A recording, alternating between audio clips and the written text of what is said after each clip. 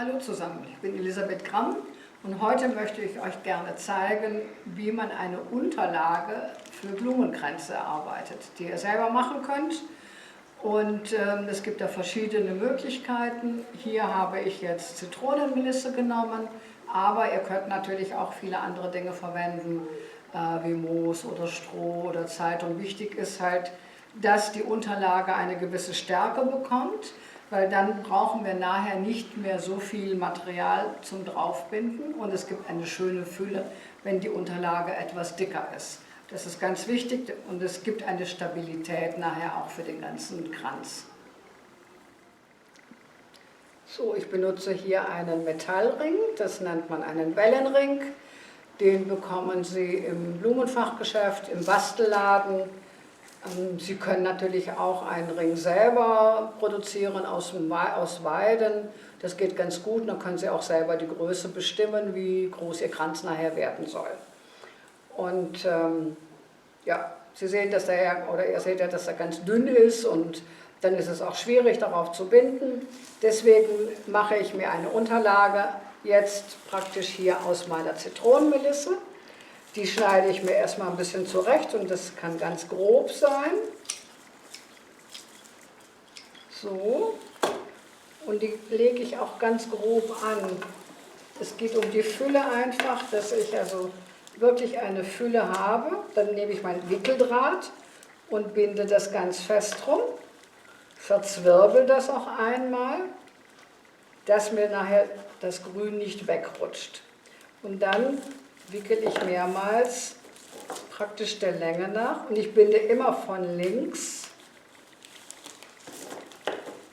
dass es dann auch schön voll aussieht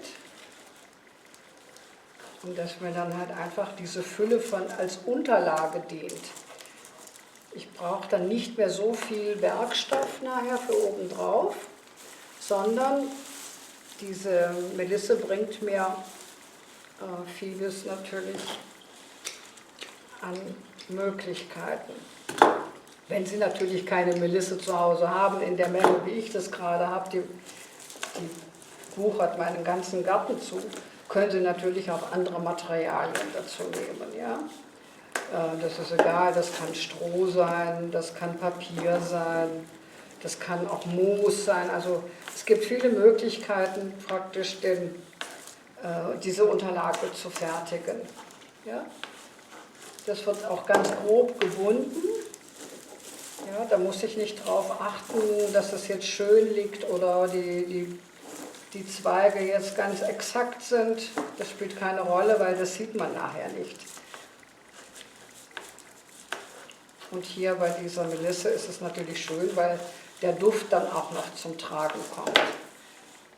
Ich habe diese Melisse gewählt, um einen Kräuterkranz zu binden, den ihr dann auch später sehen könnt. So. Da kann man ruhig auch diese ganzen Endzweige da drauf binden.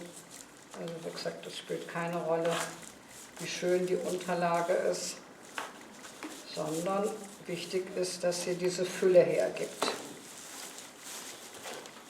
Und das kann ich auch relativ grob zusammenschneiden. So.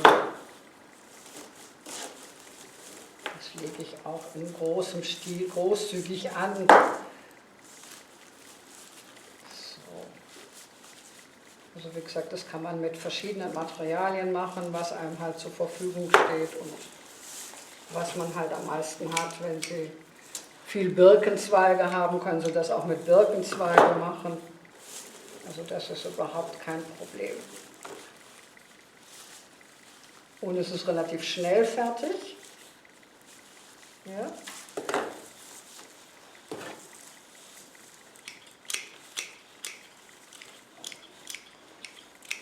So. Hier muss ich auch nicht auf den Schlusspunkt achten, sondern hier kann ich einfach durchwickeln.